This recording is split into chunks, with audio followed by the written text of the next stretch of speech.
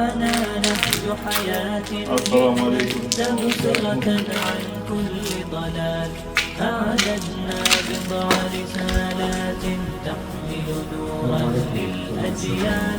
معنا نهج حياة جئنا تبصرة عن كل ضلال.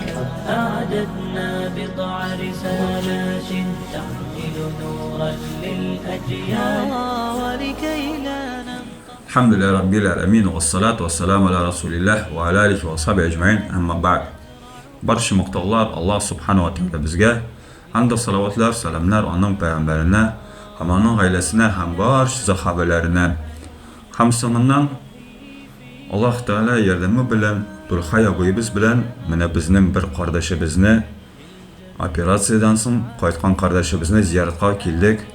Hamda Allah Teala'nın ecrini ümitlenemiz. Çünkü bu amel inşallah salih amellerden. Çünkü Peygamberimiz sallallahu aleyhi ve sellem aytdı ki, Abu Hureyre'den hadis gelen, Müslim getiren, Müslümanın birbirine hakları var. Hem ul hak 5.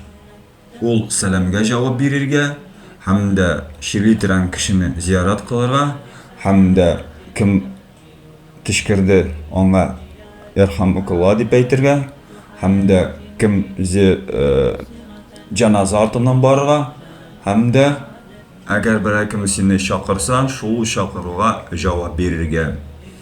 Ham şu hadis bo'yicha, ham boshqa hadislar bo'yicha biz mana shu amalni Alloh taoladan umidlanamiz, qabul etin, hamda so'raymiz qabul etin, hamda bizning shirli qardoshimizga hayırlı şifalarını nasip etkenini so'raymiz ya Rabbim.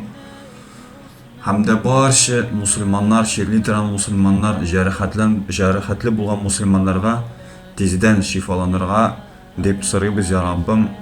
Gunohlarimizni g'afur et, bizning shahidlarimizni qabul et, bizning shirli tiran jarohatlangan qardoshlarimizni tezroq shifolanib so'raymiz ya Rabbim. Hamda bütün musulmonlarga yengullarni so'raymiz ya Rabbim. Ham o'zim so'zimni Abdul Hayyaga beraman. Bismillahirrahmanirrahim.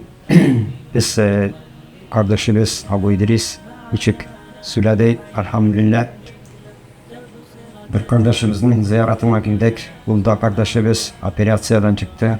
Allah Rabbimizden sırrımız inşallah ecir sevapları, onun da günahlarını affetsin, amelleri kabul kılsın inşallah amin. Sonunda bir hadistaki Peygamberimiz Muhammed sallallahu aleyhi ve sellem'e eğer deyken bir Müslümanı ziyaretine gitseyken, irtelep gitseyken, onlarga 70 bin firişte, melaike dua kılırken bu kendini rahmet kıl deyip, hem de eğer de kişkörün ziyaret kılsayken, şulay 70 bin firişte, melaike dua kılırken, bu bendeni rahmet kıl deyip, yani ertenge namazda haline. Şunun için inşallah Teala biz de ümitleniriz. Bu kardeşimizde Allah subhanahu teala bizge de ecir bulsun. Onlarga da niçin Resulullah sallallahu aleyhi ve sellem bir hadisinde de kaçan hasta kişi çivriyken onun da inşallah duasında yani yoktur, perde yok. İnşallah duaları da mükemmel icabet olur inşallah. Biz de ümitleniriz inşallah Allah subhanahu teala'dan ecir sevaplarını hem de bu hasta kardeşimizde, çirlenen kardeşimizde Allah subhanahu teala bizge dua kılır inşallah. Biz de hem bizne Müslümanlarına rahmet kılıp hem de günahlarımızı affı edip izge olan amellerimizi de kabul kılsın. Hem de sıralamız Allah Rabbimizden barça çirlenen hasta kişiler için hem de kimler bugün ağırlıkta ağır haldalar Allah Rabbimize sırrımız Allah'ın işlerin yani yakşı etsin hem de yüze yardımlamışsın. Yüzemenin yardımından bizni barça Müslümanlardan korkutmasın, taşlamasın. Allahümme amin.